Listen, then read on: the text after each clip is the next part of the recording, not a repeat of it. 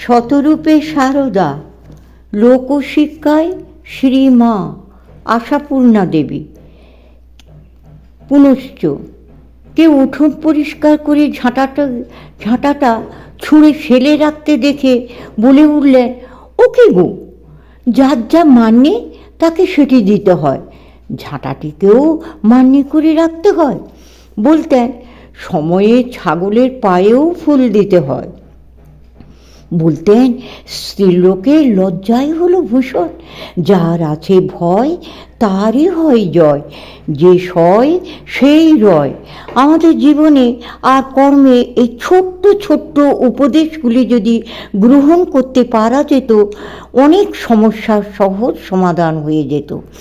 পৃথিবীর মতো সহ্যশীলা মা সারদা পৃথিবীর মানুষকেও উপদেশ দিয়ে রেখেছেন।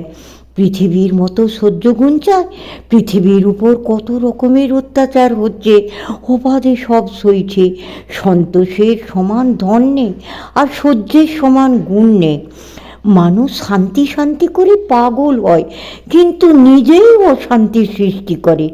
মা এই অবস্থা থেকে উদ্ধার হবার একটি সহজ পথ বাতলে দিয়েছেন। যদি শান্তি চাও মা, কারো দোষ দেখো না, দোষ দেখবে নিজের। সকলের উপর সমান ভালোবাসা হয় কি করে জানো? যাকে ভালোবাসবে তার কাছে প্রতিদান কিছু চাইবে না, তবেই সকলের উপর সমান ভালোবাসা হয়।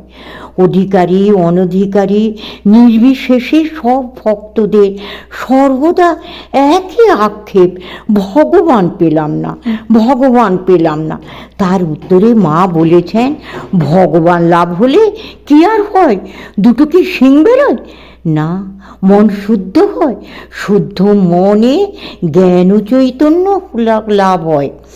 নির্বাসনা মা বলেছেন, বাসনাই সকল দুঃখের মূল। ঠাকুরের কাছে যদি কিছু চাইতে হয় তো নির্বাসনা চেয়ে নেবে। অথচ নিজেই রাধুর অসুখে দেবতার উদ্দেশ্যে পয়সা তুলে রাখছেন দেখে কোনো ভক্ত মহিলা বলছেন, মা আপনি কেন এরূপ করছেন? মায়ের তৎক্ষণাৎ মীমাংসা, অসুখ হলে ঠাকুরদের মানত করলে বিপদ কেটে যায়, আর যার যা প্রাপ্য তাকে তা দিতে হয়। গৃহদেবতা, কুলদেবতা, গ্রাম্য দেবতা সকলেরই যে কিছু প্রাপ্য থাকে, এইটি উল্লেখ করে বোঝালেন। সকল সমস্যা আর সকল সংশয়ের মীমাংসা তার কাছে। যেখানে যেমন সেখানে তেমন, যখন যেমন তখন তেমন।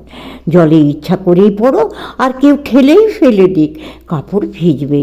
জোর করে জপের অভ্যাস করলেও জপমন্ত্রের কাজটি হবেই কিছু। এমন কত কথাই অহরহ বলে গেছেন মা, উঠতে বসতে চলতে ফিরতে।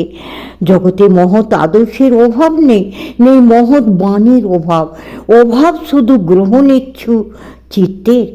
অনিচ্ছুক শিশুকে মা যেমন তার পুষ্টির জন্য লেগে পড়ে থেকে ভুলিয়ে ভালিয়ে ধরে বেঁধে দুধটুকু না খাইয়ে ছাড়েন না, শ্রী মাও তেমন তার সন্তানদের মুক্তির জন্য লেগে পড়ে থেকে ভুলিয়ে ভালিয়ে ধরে বেঁধে আনন্দ লোকের অবৈধ সাধ্যি পাইয়ে তবে ছেড়েছেন। যুগে যুগে কালে কালে লোক উদ্ধার করতে ঈশ্বরের অবতরণ ঘটে। সমাজ যখন বিস্মিত হয়ে বিভ্রান্তির পথে ছোটে, কল্যাণ অকল্যাণ, শ্রেয় অশ্রেয়ের পার্থক্য হারায়, মানুষ শব্দটার অর্থ ভুলে, তখনই ঈশ্বরকে নেমে আসতে হয় আলোর মশাল ধরে অন্ধকার যুগকে পথ দেখাতে। সময়সীমা পার হলে লোকলোচন থেকে অন্তর্হিত হতে হয় তাকে, কিন্তু লোকমানসে যে শুভ শক্তির বীজ বপন করে যান তা সমকাল এবং দূরবর্তীকাল পর্যন্ত অন্ন যোগায়। এমনই এক যুগসন্ধিকালে ঠাকুর শ্রী শ্রী রামকৃষ্ণ ও শ্রী শ্রী মা সারদা দেবীর পূর্ণ আবির্ভাব। অন্ধকারে পথ দেখাতে দীপ ও শিখা জ্বলতে থাকে গৃহকোণে বা দেহলিতে। তার আলোক রেখা বহু দূর পর্যন্ত বিস্তৃত হয়। তাই বাংলাদেশের ক্ষুদ্র গ্রাম কামারপুকুর জয়রামবাটি থেকে বিচ্ছুরিত আলোকধারা পৃথিবী প্লাবিত করে। আশ্চর্য এক সমন্বয় মন্ত্র দিলেন তারা, যুগকে, কালকে, পৃথিবীকে হাত দিলেন ভালোবাসা, অগাধ অফুরন্ত ভালোবাসা। জ্ঞানী পণ্ডিত, ত্যাগী বৈরাগী, ভক্ত শরণাগত, আবার মূর্খ অজ্ঞানী, পাপী তাপী, সকলের জন্যই রয়েছে তার ভালোবাসার ভাঁড়, দু হাত করে খোলা। ভালোবাসায় তাঁর শিক্ষামন্ত্র। সেই অফুরন্ত ভালোবাসার সুনিবিড় স্নিগ্ধ ছায়ায় এসে বসতে পারলে শান্তি আসে, সান্ত্বনা আসে, আর ভরসা আসে। আমরা গৃহহীন নই, আমাদের একটি আশ্রয় আছে। সমাপ্ত।